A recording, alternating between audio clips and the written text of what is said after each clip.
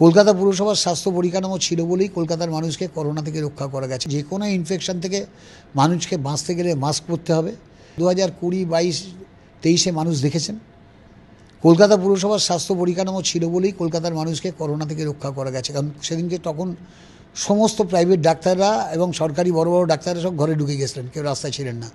রাস্তায় একমাত্র নিয়ম করে সকাল থেকে রাত্রি পর্যন্ত কলকাতা পুরসভার ডাক্তারই ছিলেন। আর পুরসভা বাড়ি বাড়ি গিয়ে মানুষের সাথে যোগাযোগ করেছে এবং সাধারণ মানুষকে ভ্যাকসিন দিয়েছে।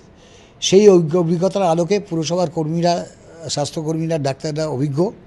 সেই অভিজ্ঞতা যাতে আমরা ভবিষ্যতে কাজে লাগাতে পারি এবং তার জন্য আমরা তৎপর থাকতে পারি। গতকালই আমরা কলকাতা পুরসভার পুরো স্বাস্থ্য দপ্তরকে নিয়ে একটি মিটিং করেছি। মিটিং করে একটি নির্দেশিকা আমরা জারি করেছি যাতে এখন থেকে মানুষকে সচেতন করা। একটা জিনিস হচ্ছে, যে কোনো ইনফেকশন থেকে মানুষকে বাঁচতে গেলে মাস্ক পরতে হবে।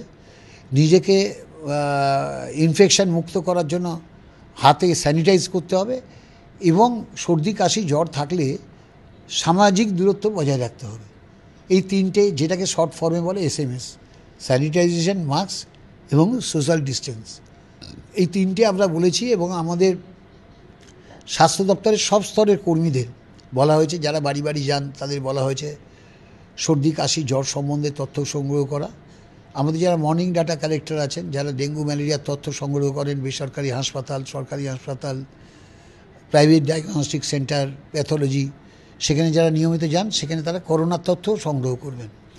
এবং কলকাতা পুরসভা বলছে যে মানুষ ভয় পাওয়ার কোনো নেই, মাত্র 4 জন আক্রান্ত হয়েছেন। এখন যে করোনার যে স্পাইক, অর্থাৎ যে ভাইরেন্ট, সেই ভাইরেন্টের ক্ষমতা খুব কম। তারা ইনফেক্টেড করতে পারে, স্প্রেড করতে পারে ইনফেকশন ব্যাপকভাবে, কিন্তু সেটা লোয়ার রেসপিরেটরিকে অ্যাটাক করতে পারছে না, আপার রেসপিরেটরিকে অ্যাটাক করছে। অর্থাৎ এটা মরণঘাতী করোনা নয়।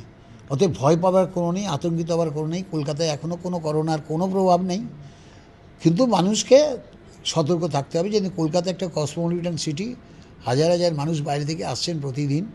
তো ন্যাচারালি আমরা যদি নিজেরা সতর্ক থাকি, নিজেরা সামাজিক দূরত্ব বজায় রাখি, ভিড় জায়গাটাকে এড়িয়ে চলি, এবং বাড়িতে আমাদের একটা অভ্যাস হয়ে গেছে, বাড়িতে গেলেই আমরা হাত ধুই, পরিষ্কার রাখি। আর যে কোনো, কলকাতায় পলিউশন আছে, সব কিছু আছে, যে কোনো ইনফেকশন থেকে নিজেকে বাঁচার জন্য মাস্ক পরাটা বাধ্যতামূলক।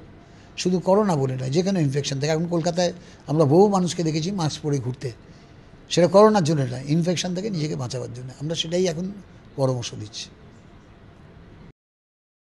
ডাউনলোড করুন এই সময় অ্যাপ, iOS ও অ্যান্ড্রয়েডের জন্য।